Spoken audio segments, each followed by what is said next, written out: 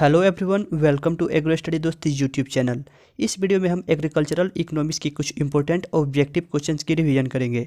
पहला प्रश्न है, किस प्रकार के उर्वरक की पूर्ति के लिए भारत आयात पर निर्भर करता है? तो भारत अपने उपयोग के लगभग हर उर्वरक की पूर्ति स्वयं करता है, लेकिन पोटेशियम से जुड़े हुए जितने भी उर्वरक है उसका भारत दूसरे देशों से आयात करता है। तो पोटेशियम उर्वरक से जुड़े हुए जितने भी उर्वरक है उसके लिए भारत आयात पर निर्भर करता है।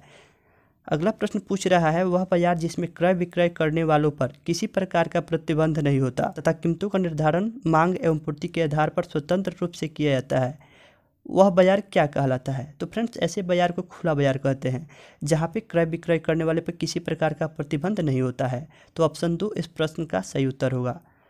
अगला प्रश्न पूछ रहा है, किस पंचवर्षीय योजना में कृषि को प्राथमिकता दी गई? तृतीय पंचवर्षीय योजना, जिसका समयावधि 1961 से 1966 तक थी, इस योजना के अंतर्गत कृषि और उद्योग दोनों के विकास पर समान महत्व दिया गया था। तो इस प्रश्न का ऑप्शन नंबर 3 तृतीय पंचवर्षीय योजना में कृषि को प्राथमिकता दी गई थी और इसके अध्यक्ष तृतीय वर्ष के तत्कालीन प्रधानमंत्री जवाहरलाल नेहरू थे। अगला प्रश्न पूछ रहा है, खाद्य पदार्थों की पूर्ति का कीमत लोच सामान्यतः क्या होती है? तो सबसे पहले हम जानेंगे कीमत लोच होता क्या है।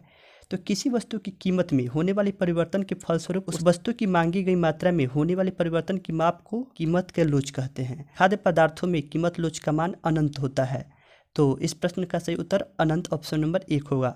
अगला प्रश्न है, समय के आधार पर किसी शाख निम्नलिखित प्रकार की शाख होती है? कितने प्रकार की होती है? तो हम जानते हैं कि शाख एक प्रकार की ऋण होती है। यह अल्पकालीन भी होती है, मध्यकालीन भी होती है और दीर्घकालीन भी हो सकती है। ऑप्शन नंबर 4 इसका सही उत्तर होगा। अगला प्रश्न पूछ रहा है, प्रत्येक आय पर समान दर से लगने वाला कर क्या कहलाता है? तो प्रत्येक आय पर समान दर से लगने वाला कर को हम समानुपातिक कर कहते हैं। इसे हम याद रखेंगे। यह परीक्षा के दृष्टिकोण से एक महत्वपूर्ण प्रश्न है। अगला प्रश्न पूछ रहा है, सहकारिता का मूल सिद्धांत क्या होता है?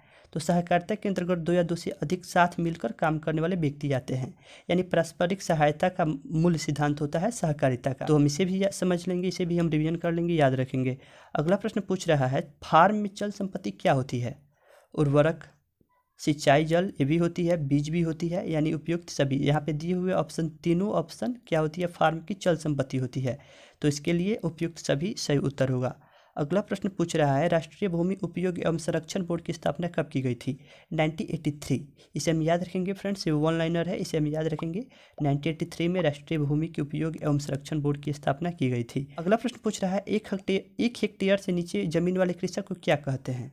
तो 1 हेक्टेयर से नीचे जिन किसानों के पास, कृषक के पास जमीन होता है, उन्हें सीमांत कृषक कहते हैं। और 1 से 5 हेक्टेयर वाले बीच के जो जमीन के मालिक होते हैं कृषक, उन्हें बोलते हैं मध्यम कृषक। और 5 हेक्टेयर से ज़्यादा जिनके पास भूमि होती है उन्हें बोलते हैं बड़े कृषक।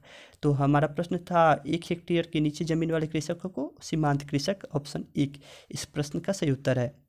अगला प्रश्न पूछ रहा है, निम्नलिखित में से कौन 2 फसली भारत में दलहनी उत्पादन का लगभग 75% उपलब्ध कराती है? भारत विश्व में दलहन का सबसे बड़ा उत्पादक और उपभोक्ता देश है। जहां भारत विश्व में चना का सबसे बड़ा उत्पादक है, वहीं अरहर भारत में सबसे ज़्यादा उपयोग किया जाने वाला दलहन है।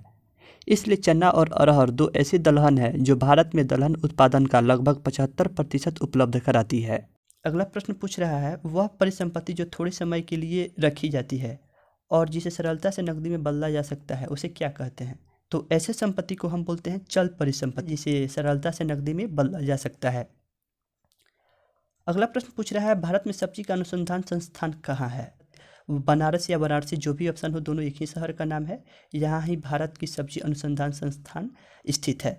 अगला प्रश्न पूछ रहा है, बाजार का नियंत्रण किसके द्वारा किया जाता है? जाहिर तौर पे यहाँ पे फसल से संबंधित, खाद्य पदार्थों से संबंधित बाजार की चर्चा की जा रही है।